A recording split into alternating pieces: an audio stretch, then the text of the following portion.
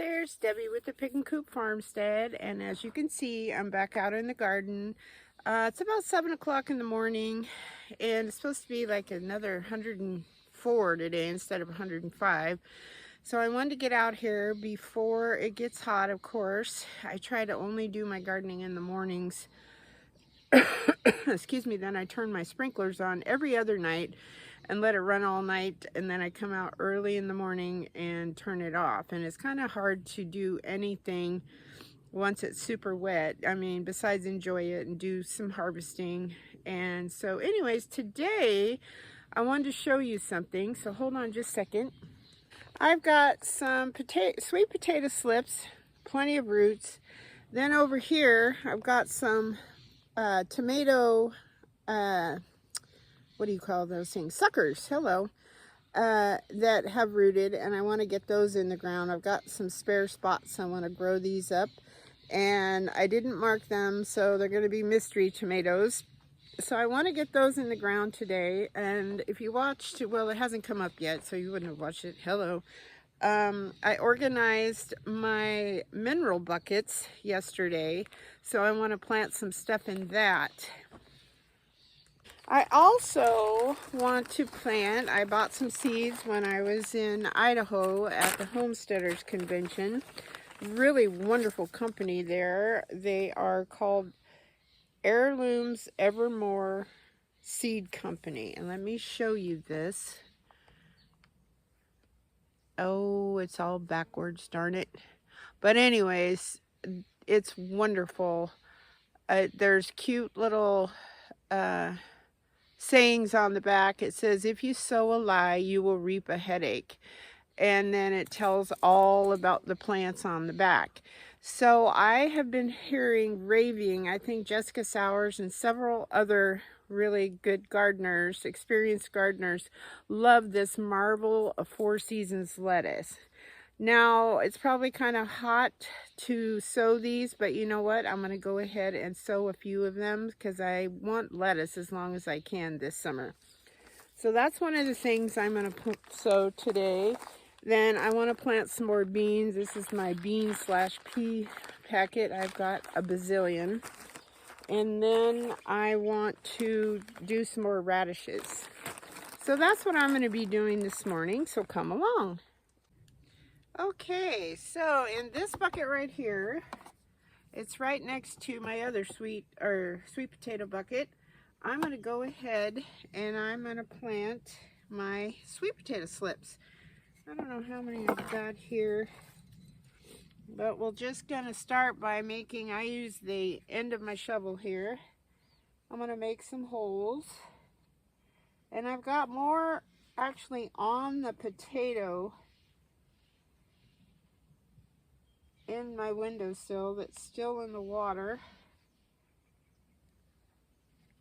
and I need to snap them off at the base and put them in the water for the next batch. So we're just going to keep sowing them as long as I keep growing sprouts, and we're going to see how that works out. Put my little maters back in there. So you're going to have them with a little root ball. I just gently tease them apart. Probably working from the outside. And I'll just lay them gently by the little holes I've created. Yeah, and somebody's probably going to come at me for planting them too close together. But oh, this one isn't quite ready. He just has tiny little roots, so he's going to go back in the water. But everybody else is actually ready. So what you're going to do is stuff the roots down in the hole. Hopefully you can see that. And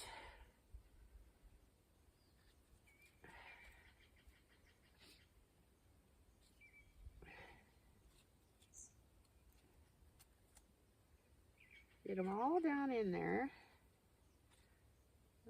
And they like heat, but they kind of go into shock if you think about it. They've been in water this whole time.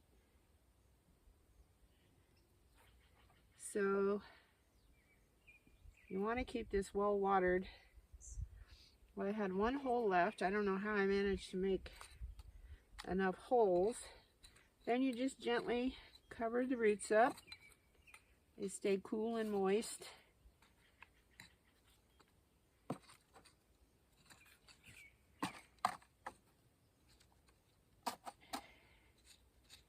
Then in another week or so, when the roots get really well developed on that other guy, I'll just plant him in the extra hole I have.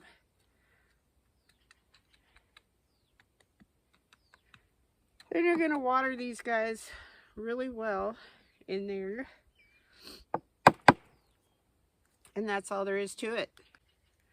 As you can see now, I'm on the opposite side of where my little mineral buckets are. And I had a spot where, oh, these darn ants keep wanting to get on my okra. They like the blooms, apparently. Flicking them off of there. All right, so we had an okra that was there, but it didn't survive. So I want to move away my mulch, loosen up the soil, and you know what I forgot, I just realized, is my egg, my little egg in the hole trick. Usually I'll put a little fertilizer down in there and I tap and crack an egg and put it in the hole to help the plant get some nutrition. Okay, so this little guy is going to go right in here. I might pinch off these leaves. I don't want them touching the ground. That's how they start to get mildew and things. So that's going to go right in there.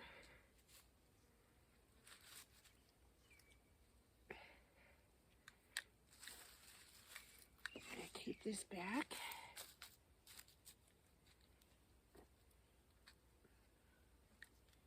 Okay, and after I get all done planting, I'm definitely going to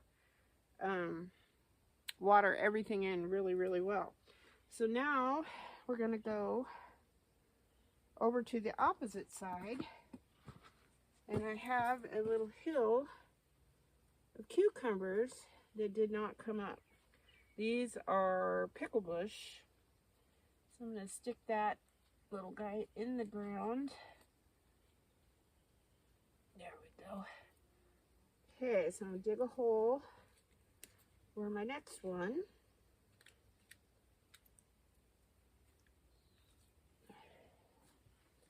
There we go. This guy has a lot of roots on it. I don't know if you can see that or not, but he's ready to go in the ground. I'm going to snip this bottom leaf off just because it wasn't looking that great.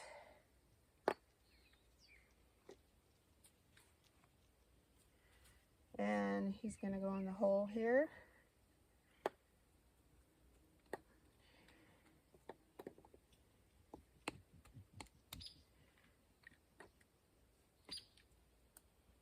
And just like that, I got 2 tomato plants in the ground. So never throw away your suckers. If you don't want any more tomatoes, maybe your friends do. So stick them in a glass jar, root them up. I have to change the water pretty frequently. And there you have it. You got more tomatoes. Okay, now I'm on the opposite side of the bed. I'm going to pull a few weeds I've got going in my lettuces.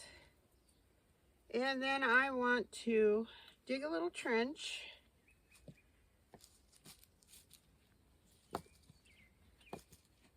Lettuce seeds are super, super tiny, so as a rule of thumb, they kind of go almost on the surface. Then you just barely sprinkle them with dirt.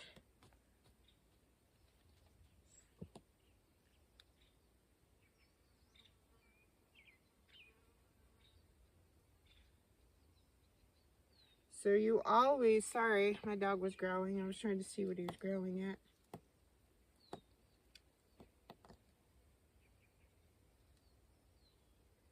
And I'm going to do a couple little trenches here.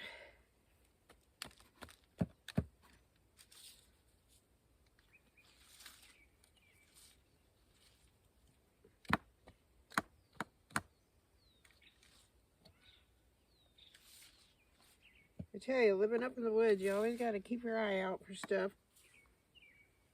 Mountain lions, bears, you name it, they're up here. All right, so I've got my little trenches. Now, hopefully these guys live up to their names. I'm excited. It says, as an old French heirloom originally introduced in 1885, it is a lettuce grown for both its exceptional beauty and versatility. The ample heads produce tight rosettes of thick, crisp leaves that are deep green, tipped with red. Four Seasons is absolutely one of the best eating varieties anywhere, and it is heat tolerant. So that's one of the biggest reasons I chose it. Because as it gets hotter, especially where we are, lettuce tends to bolt, and once it bolts, it gets bitter, and really, the chickens will eat it, but that's about it. So, I am going to put just a few little seeds in here. Oh, I always get too many because they're so small. There we go. All right, so we're gonna plant some in there and some in there. We're just gonna try a little bit of it, and then maybe in a week or two we'll come back and put some more in. I just try to, it's hard to go back to store-bought lettuce once you grow your own and make your salads with it, because holy cow, what a difference. And it lasts so much longer. So I'm just gonna kind of do this, barely cover it, and then we'll water it in. So there you have it. That's all you do for the lettuce. Water it in. Everything will get fertilized once a week. We're trying to use up our fish emulsion, then we're going to go solely with our worm juice that we're growing. And if you want to learn how to grow or start a little worm farm, I will drop in Chrissy over at 9 Little Aussies channel. She's amazing. She is one that taught me how to make my little worm bed. I have a little mini tutorial on it, but she's truly the one that's the master. So that's the end of our seed sowing. I forgot I was going to plant some more beans, and I've got a couple of spots in here where my peppers are. And I'm going to put a couple of seeds. Get to push back your mulch.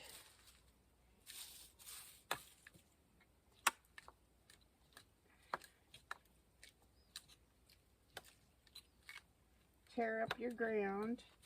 These are top crop bush beans. I want to put bush beans because I don't really have an empty space on my trellises to grow pole beans. In my opinion, you can never have too many beans. My goal is, this year I didn't get to can very many beans because of the gopher situation. Every time I was about ready to get to harvest them, of course, here comes Mr. Gopher stealing the whole plant. So now I have another spot right across the way. It had a hot mix pepper, so who knows what kind of pepper it was. So I'm going to kind of go, I mean, you still see me? Yeah. Across the way here. Churn up the soil and put a couple beans in there.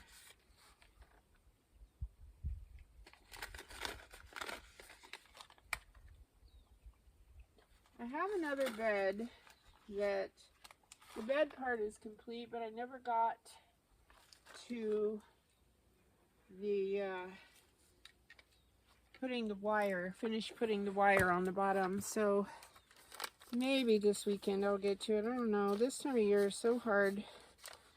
And I was doing a lot of shows on the weekends, and they're all outdoors, and now it's just too darn hot for me to be doing that. You've got to pack your car up, haul it down, unpack your car, put up your easy up, set up your displays, and then by the end of the day, I'm just absolutely pooped. So I think I'm kind of through this year with my outdoor shows. So as you get older, you just tolerate the heat a lot less. And then living up here, they're having 110, anywhere from 110 to 118 a day down in the valley, which is about 35 minutes where we live. And it gets up to, when it gets up to 105 here, which it's been consistently for the last week or two, it just is way too hot. It's just way too hot. So I try to get all my stuff up here totally done by 9 usually, and then I'm in the house doing all my other stuff. So anywho, that's my little spiel on that. So it just is too darn hot. I also forgot I was going to plant some radishes. I keep all my root vegetables in one thing. And let's see, we've got beets, rutabagas, carrots. Rutabagas and carrots, I'm going to try to sow those. Or I'm not going to try. I'm going to sow those this fall. So I think I'm going to do some of the M.I. Gardner Hailstone radishes. I absolutely love these. These are really delicious. And then the Scarlet Globe. I'm going to grow those. So I think I cleared out a spot here where zinnias, I planted a bunch of zinnias and they didn't come up for some weird reason. And then I've got a spot right here where I'm going to plant the red ones. Try to get some of these weeds out of here. And here's some of that darn Vinca minor stuff. And if you don't pull it and get all the roots out, ouch, that stuff comes right back. Almost pulled the pepper out. Darn, that was a close one.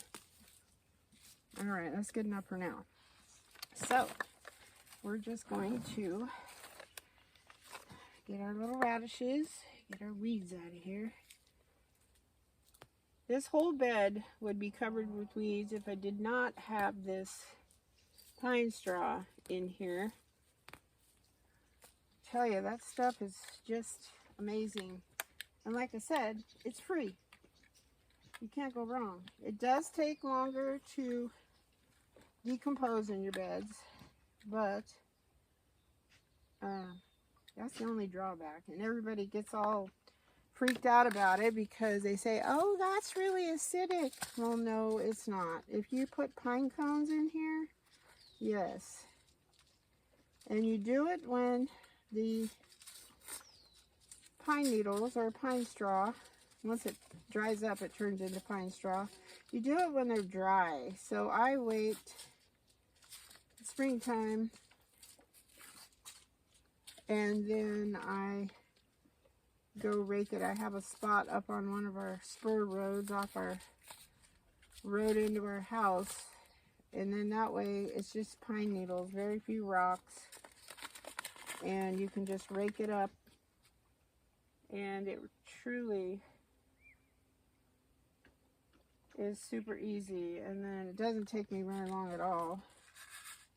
And then I just go up there and rake it up, throw it in my handy little trailer that I pull behind my four-wheeler. And then I fill up my empty,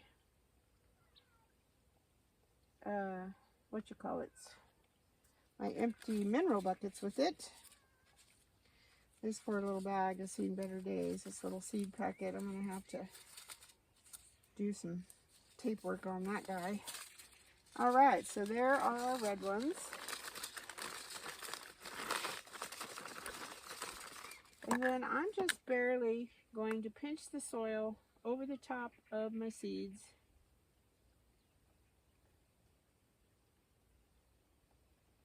So hopefully these grow pretty fast. Radishes is one of the quickest things you can grow once you get to the produce, or from seed to harvest, I should say.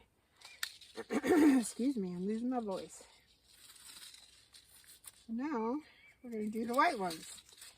So I just make little trenches across. You can do it however you like. You can just sprinkle them on there and sprinkle a little dirt on top. I mean, radishes are very easy to grow. I'm going to have to order some more of these. I just love them. Now, I thought I had some breakfast radishes. I think every time I've tried to order them, they run out. I think they're kind of a popular radish with folks.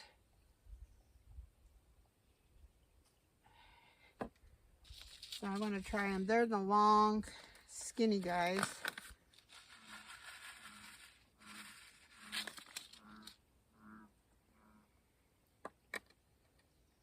Okay, we're almost done with the radish. So we've got beans, lettuce, and radishes.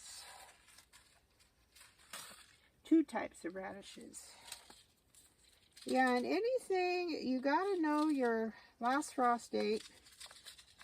But anything that grows very quickly, especially radishes, lettuce grows very quickly also, beans, anything like that that grows very quickly, you can definitely succession sow. And succession sow, if you don't know what that means already, is simply that. You're going to plant something, and I've kept forgetting on my radishes, and now my radishes have gone to seeds. I've harvested quite a few though. And you'll just plant them, plant some now, wait a week, plant some more, and then you'll just continually be getting lettuces, radishes, whatever you really want to plant. So I'm going to go along, and I'm anxiously awaiting my little Gabby bug to wake up. We didn't go to bed till 10 last night. We were bad. And she's sleeping in. It's her summer. And then when she wakes up, I'm going to come out here and then we'll do some harvesting. She's excited to come see the garden. She got here late last night. It was too hot to come out, so I might make another video on that. So that's all I have for you right now. So thanks a lot for coming along with me. I hope the sun is shining where you are. I hope it's not too hot. And thank you so much for following and supporting my channel. If you have any questions, please put them in the comments and I'll get back to you as soon as possible. Take care, everybody. Bye-bye.